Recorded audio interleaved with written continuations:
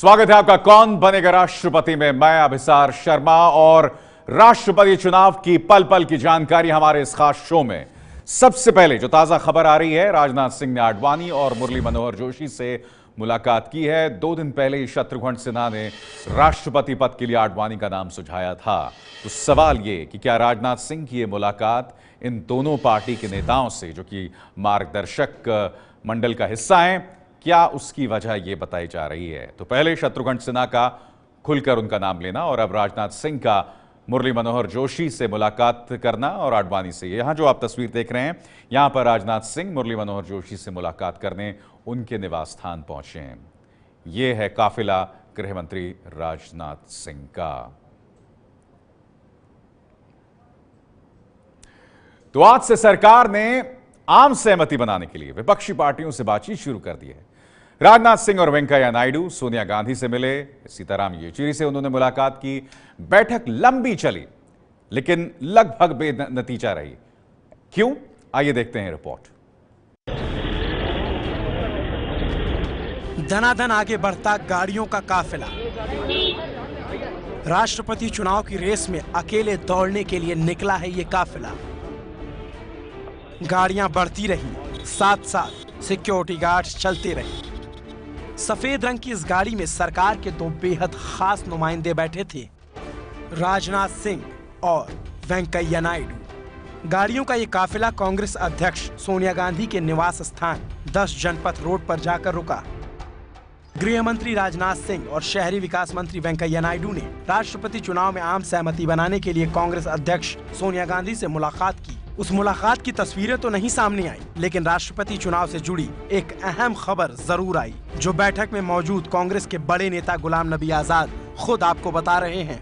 हमें उम्मीद थी कि भारतीय जनता पार्टी के लीडर भारत के राष्ट्रपति के लिए कोई नाम लेके आएंगे, एक या एक से ज्यादा नाम लेके आए, ताकि उन नामों पे कांग्रेस पार्टी और दूसरी विपक्षी दल विचार कर पाए, लेकिन ऐसा कुछ भी नहीं हुआ। जैसा कि आपने सुना, बैठक राष्ट्रपति चुनाव में एक उम्मीदवार पर आम सहमति बनाने के लिए हुई थी, लेकिन बीजेपी ने कोई नाम नहीं सुझाया, बल्कि राजनाथ और वेंकैया ने उल्टा कांग्रेस से ही उम्मीदवार का नाम पूछ लिया। बीजेपी के नेताओं ने कांग्रेस अध्यक्ष श्रीमती सोनिया गांधी को कोई भी ऐसा नाम नहीं दिया, बल्कि उल्टा हम ही से नाम पूछने की कोशिश की, और उन्होंने बताया है कि अब उन्होंने नाम पे निर्णय नहीं लिया है, और जब भी वो निर्णय लेंगे तो उस वक्त आपका सहयोग लेने का प्रयास करें। सरकार ने कोई नाम नहीं दिया और ना ही विपक्ष ने कोई प्रस्ताव। अब सवाल है कि सोनिया गांधी से राजनाथ और वेंकैया की बैठक का नतीजा क्या निकला। ऊपर से सरकार ये भी कहती है कि उसने कोई नाम अभी तक तय नहीं किया है। 28 जून को नामांकन करने की आखिरी तारीख है। अगर सरकार ने राष्ट्रपति उम्मीदवार का नाम ही नहीं तय किया तो आम सहमति कैसे बनेगी। एक बात तो तय है कि कांग्रेस एक राजनीतिक पार्टी के तौर पर अपने दुर्विरोधी बीजेपी का समर्थन नहीं करेगी। रहा सवाल समर्थन का, तो कांग्रेस राष्ट्रपति उम्मीदवार का कर सकती है, वो भी तब जब उम्मीदवार उनकी पसंद का हो। कांग्रेस का कहना है कि जब तक बीजेपी किसी उम्मीदवार का नाम नहीं बताती, तब तक आम सहमति की कोई गुंजाइश नहीं है। ऐसे में सवाल है कि क्या कांग्रेस ने किसी उम्मीदवार के नाम का प्रस्ताव रखा।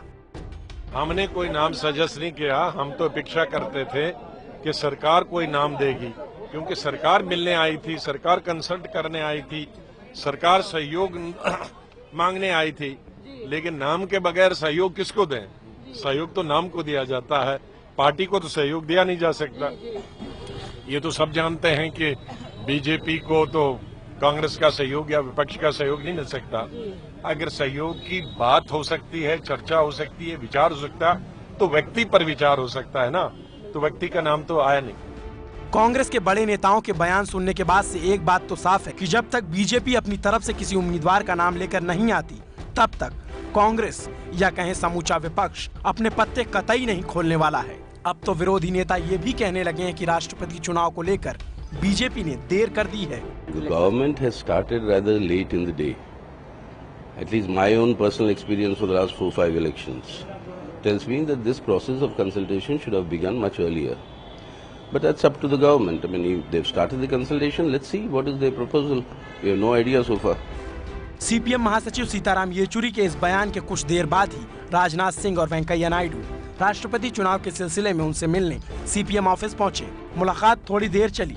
बीजेपी ने सीपीएम से राष्ट्रपति चुनाव के लिए समर्थन मांगा, लेकिन नाम यहां भी नहीं सामने आया। उधर शिवसेना ने आज कृषि वैज्ञानिक स्वामीनाथन का नाम उछालकर राष्ट्रपति की रेस को दिलचस्प बना दिया है। अब तक शिवसेना मोहन भागवत के नाम को आगे बढ़ा रही थी, लेकिन मोहन भागवत खुद राजी नहीं दिखाई देते।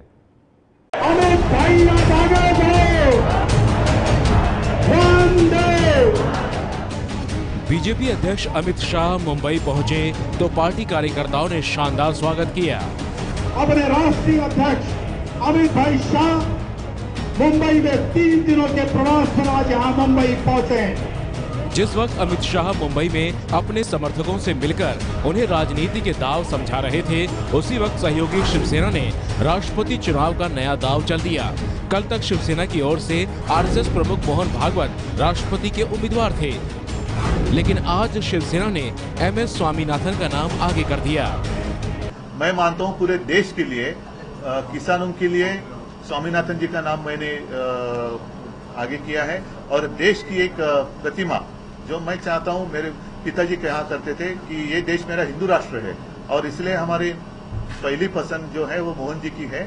अगर मोहन जी के नाम पर किसी को कुछ कठिनाइयां आ रही हैं तो स्वामीनाथन जी को करो। स्वामीनाथन देश के नामी कृषि वैज्ञानिक होने के साथ साथ राष्ट्रीय किसान आयोग के अध्यक्ष भी रहे।